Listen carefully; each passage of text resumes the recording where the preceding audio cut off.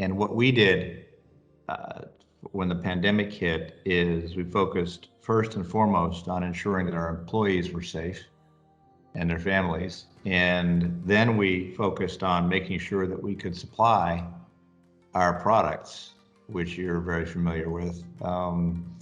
And we wanted to make sure that, the world's consumers got our products, particularly since, many people were very much focused on cleaning and health and hygiene.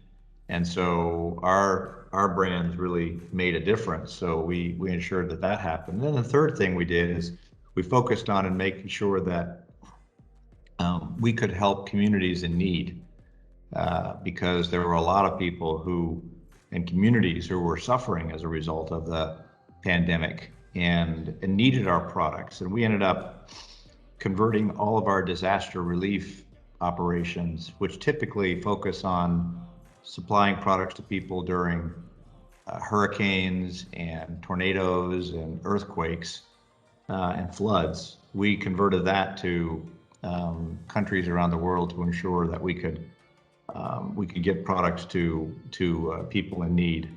And Brazil was certainly one of them. And that we made sure that we could get products. Plus, we also focused on testing kits, on masks, on shields, and other things to protect people. Really donated some 60 million reals to Brazil to ensure that we could really help the people of Brazil weather this pandemic.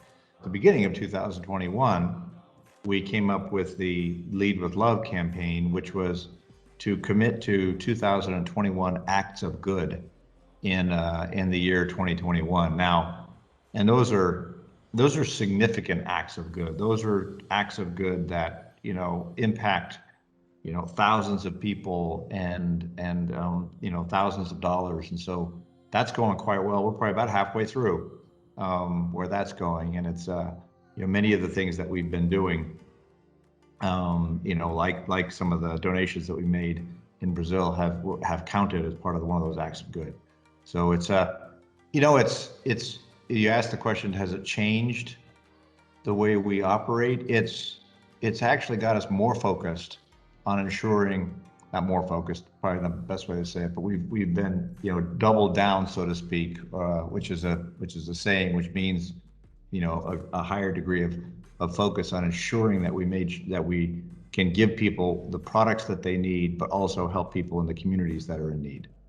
The Widen the Screen initiative really is a reflection of our overall focus on equality and inclusion in the world of advertising.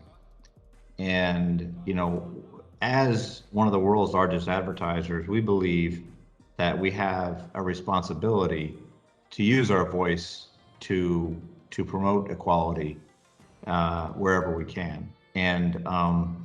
And we do that first and foremost by just making sure that we have representation and an accurate portrayal of all people in our advertising, because you want to avoid stereotypes and avoid objectification or avoid any kind of diminishing characteristic of anyone, regardless of their gender or their race or their sexual orientation. And we do that because advertising can cause bias if it's not accurately portrayed, so that's the first thing we do.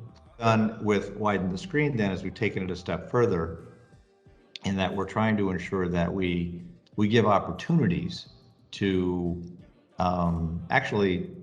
women directors, but also Black creators, and ultimately we will do this across other underrepresented groups who really are way underrepresented in the advertising creative community. So what this does is it gives them the opportunity through the films we've created, like the Queen Collective and the 846 films, to get be able to produce content that our brands support and that helps them. It helps from a creativity standpoint.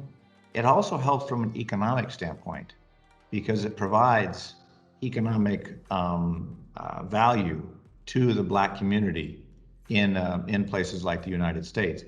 And when you provide economic value to an underrepresented group, then that actually helps drive growth, because what it does is it provides purchasing power.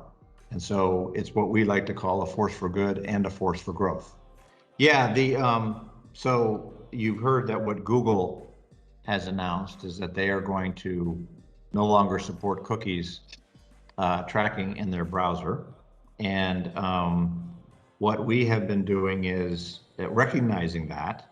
Apple has also moved to their app tracking transparency, to where they're no longer enabling app-to-app transfer of data without permission.